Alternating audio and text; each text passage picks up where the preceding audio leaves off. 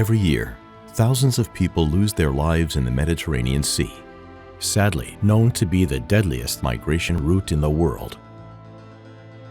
Although helping people in distress at sea is a legal obligation, European governments have chosen to abandon their responsibilities.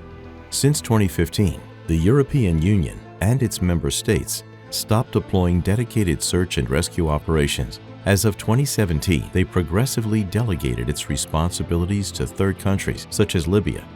This has resulted in a Libyan Coast Guard intercepting boats to stop people from reaching Europe and forcibly returning them to Libya. There, people are detained in deplorable conditions, where violence, humiliation, and extortion are common practices.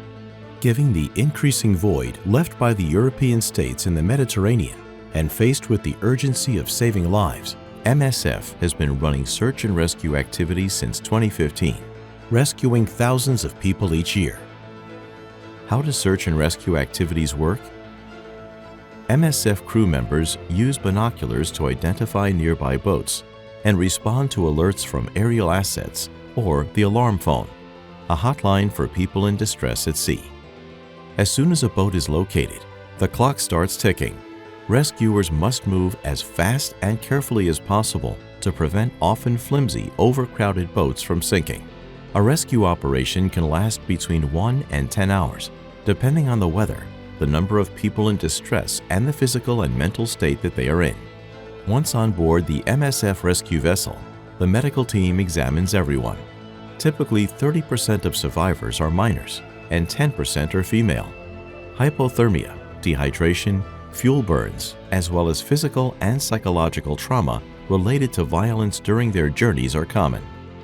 The MSF team also arranges for activities to help people reclaim their dignity and a sense of humanity, such as cutting hair, language classes, and cooking sessions. The final stage of the rescue is finding a place to disembark the survivors. Under maritime law, this should be in a safe place that is the closest possible to the vessel's location. However, it often happens that the European coastal states, mainly Italy and Malta, are reluctant to coordinate rescues with non-governmental organizations, if not deliberately trying to obstruct the civilian life-saving activities at sea. Over the years, European states have used different administrative and legal harassment tactics against humanitarian organizations providing assistance at sea. From making NGOs' vessels wait for days before assigning them a place of safety or sending them to distant ports to accusing them of criminal activity.